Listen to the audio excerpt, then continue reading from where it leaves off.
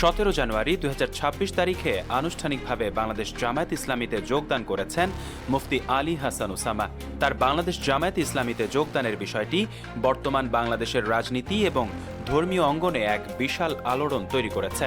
এই ঘটনাটি কেবল একটি রাজনৈতিক দলের সদস্য পদ গ্রহণ নয়, বরং এর গভীরে লুকিয়ে আছে অনেকগুলো সমীকরণ। আলী হাসান ওসামা কে তা বুঝতে হলে আমাদের ফিরে তাকাতে হবে উনার দীর্ঘদিনের পথ চলার দিকে।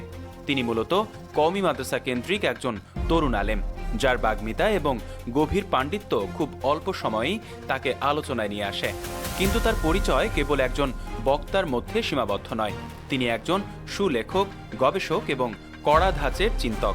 ওসামার অতীত জীবনের দিকে তাকালে দেখা যায় এক ধরনের অস্থিরতা বা পরিবর্তনের ছাপ। তিনি কখনো খেলাফত মজলিসে সক্রিয় থেকেছেন, কখনো আবার স্বতন্ত্র দাওয়াহ কাজে নিজেকে বিলিয়ে দিয়েছেন।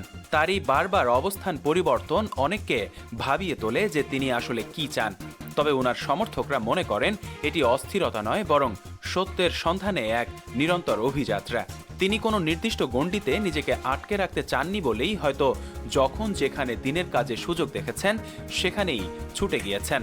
এবার জামায়াত ইসলামের মতো একটি সুশৃঙ্খল এবং ক্যাডার ভিত্তিক সংগঠনে তার যোগদান অনেক বড় প্রশ্নের জন্ম দিয়েছে। জামায়াতে যোগ দেওয়ার পেছনে অনেকগুলো অন্তর্নিহিত কারণ থাকতে পারে বলে বিশ্লেষকরা মনে করছেন।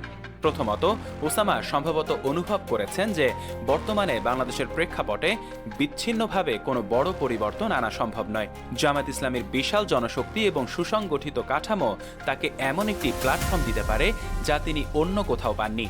দ্বিতীয়ত, বাংলাদেশে কওমি ও আলিয়া মাদ্রাসার শিক্ষার্থীদের মধ্যে যে দীর্ঘদিনের দূরত্ব রয়েছে, ওসামা হয়তো সেই দেয়াল ভেঙে একটি বৃহত্তর ঐক্য গড়তে চান।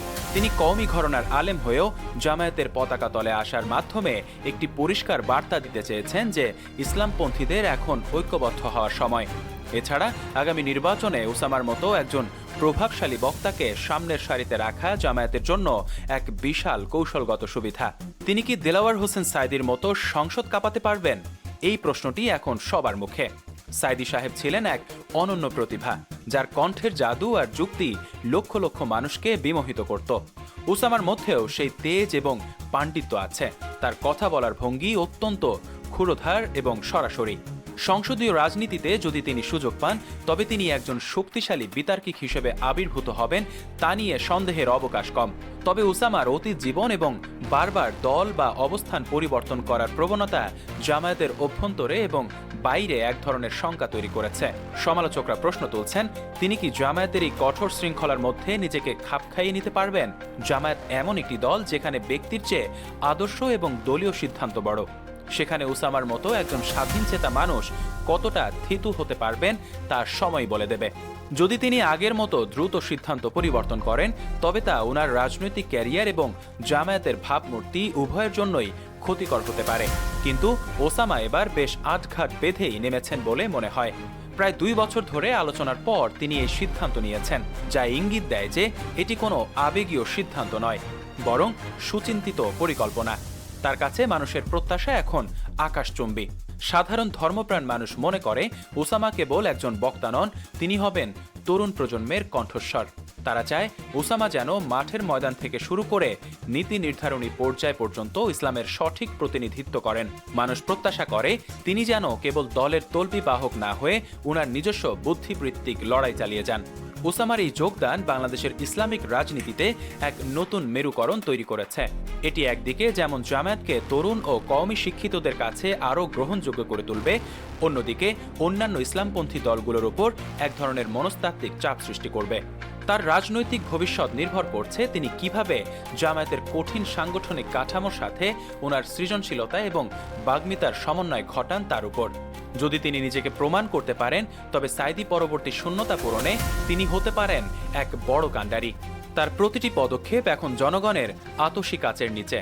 ওসামা কি পারবেন জামায়াতের পতাকা তলে থেকে বাংলাদেশের রাজনীতিতে এক নতুন দিগন্ত উন্মোচন করতে, নাকি আবারও কোনো নতুন গন্তব্যের সন্ধানে তিনি বেরিয়ে পড়বেন? এই টানটান উত্তেজনার মধ্যেই শুরু হলো আলী হাসান ওসামার নতুন এক রাজনৈতিক অধ্যায়। বাংলাদেশের রাজনৈতিক প্রেক্ষাপটে ওসামার এই অন্তর্ভুক্তি কেবল একটি খবর নয়, এটি একটি দীর্ঘস্থায়ী পরিবর্তনের সূচনা হতে পারে। যদি তিনি তার বাগ্মিতা আর জ্ঞানের গভীরতাকে রাজনৈতিক প্রজ্ঞার সাথে মেলাতে পারেন, তবে দেশের রাজনীতিতে তিনি এক অপ্রতিরোধ্য শক্তিতে পরিণত হতে পারেন। দর্শক এবং সাধারণ মানুষ এখন অধীর আগ্রহে অপেক্ষা করছে দেখার জন্য যে ওসামার এই পরিবর্তন শেষ পর্যন্ত কোন গন্তব্যে গিয়ে থামে এবং তিনি কি আসলেই সাইদির সেই বিশাল রাজত্ব বা প্রভাব স্পর্শ করতে পারেন কিনা। আলী হাসান ওসামার এই রাজনৈতিক বাকবদল কেবল একটি দলের সদস্যপদ গ্রহণ নয়, বরং এটি বাংলাদেশের কয়েক দশকের প্রথাগত ইসলামিক রাজনীতির সমীকরণ উল্টে দেওয়ার এক দুঃসাহসিক প্রচেষ্টা।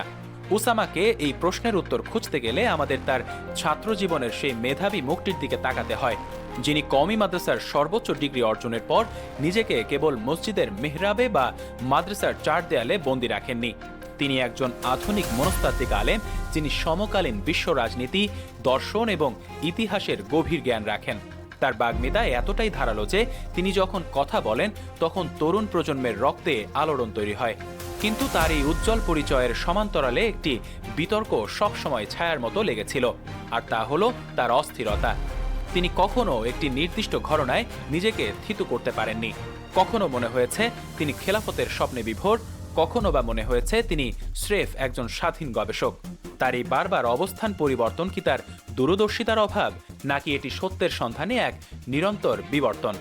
জামায়াত ইসলামের মতো একটি লোহার খাঁচার মতো শক্ত সাংগঠনিক কাঠামোর ভেতরে তিনি যখন প্রবেশ করলেন, তখন প্রশ্ন জাগা স্বাভাবিক, ওসামা কি এই শৃঙ্খলে নিজেকে মানিয়ে নিতে পারবেন, নাকি আবারও কোনো একদিন মত পার্থক্যের কথা বলে বেরিয়ে আসবেন?